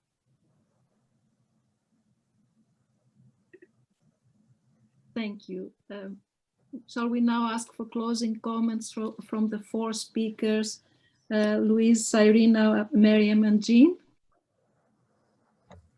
Okay, great. Apologies for jumping the gun on the first one. And to pick up on the second question about Forfavier's appropriation of this character, who was a real life historical character. The work on that has been undertaken by Roger Little primarily, so that the one scholar who's really worked on Louise Forfavier and who reissued her novel as part of his series. And he identified a particular historical book that Forfavier had in her personal archive, in her personal library, and she'd underlined the name Samba-la-Obetiam. And this book was the official French state-sponsored guide to the Exposition Universelle of 89. So, I've just seen a message, fascinating. So I think absolutely the unauthorized use of a kind of, quote unquote native source is something we often come up against in colonial and post-colonial studies, and it needs to be addressed in that way. And in my longer study, I problematize that further. She also uses she takes a couple of details from that book, from that specific state-sponsored exhibition guide. And in my wider analysis, what I find is so fascinating is her interpretation of what she's given in that guide.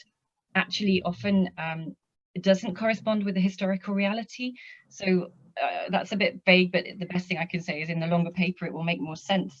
It also raises really interesting questions about her praxis as a journalist, using sources, not citing sources. There are other books that she cites explicitly in Blanche et Noir, but this one she doesn't mention. She uses it as a historical reality. But what I think is so important to do via her novel is to re-uncover the other hidden stories, silent stories that it opens onto. And to come onto the question about rediscovering via archives, technology, I have been putting various things into various online archives in preparation for this paper, and it's just fascinating what it throws up, and particularly this real life historical figure, Samba-la-Obetiam, to find the images, to find a series of images taken in the context of the exhibition. One thing opens onto another. So it's been, I normally work on the very, very modern period, often on living authors. So it's been a fascinating incursion into the archives to really bring out the richness of this novel and the wider questions it opens onto. I'll stop there. Thank you. Thank you, Louise. Cyraina?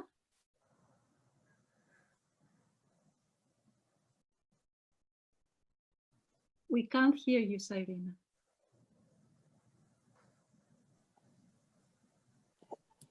So I really have two goals, and the goals are very complicated. So narrowing that down to a 25-minute paper is a challenge, because I can't go into the depth and complexity that's needed to understanding. The two goals are, the first one is to bring to modernism an understanding of the relation between modernity and the Americas, so that that particular frame becomes part of the lines of inquiry that we take seriously in the field. And the second one has to do with, through that expansion, looking at other silenced voices that have, and these are not necessarily just the voices of African Americans. There are also many silenced male and white voices within this context who've been pushed off to, I don't know, local color or regionalism or something like that, but who really had a very strong perspective on what modernity meant. And so I'm trying to, I too go to archives and have done substantial work in archives like the Bibliothèque de l'Arsenal in Paris, and I was, before COVID hit, on my way to Columbia to look at the papers of a white Southern abolitionist named Moncure Conway that nobody has said anything at all about, but yet he's sort of like the American Ezra Pound. He knew everybody on both sides of the ocean. And so I think it's important to bring these sort of lost or silenced or forgotten or neglected voices into the frame so that we can think about them in more depth and complexity. Thank you. Meryem?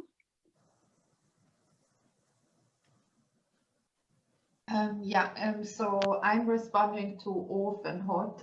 So there are two kind of references that I wanted to make. I mean, my previous work was very much about the Republic of Turkey, and our first president, whose daughter incidentally also became an aviator, Louise. Her name is Sabiha Gökçen.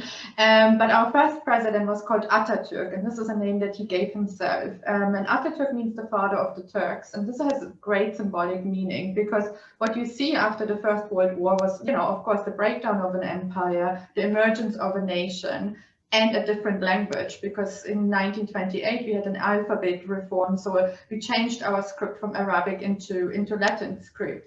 So basically what that meant for a generation that grew up with the new script is that they could not read the letters of their grandparents anymore. So they needed to find another kind of figure they could relate to, because they couldn't really relate. They didn't speak the same language as their predecessors.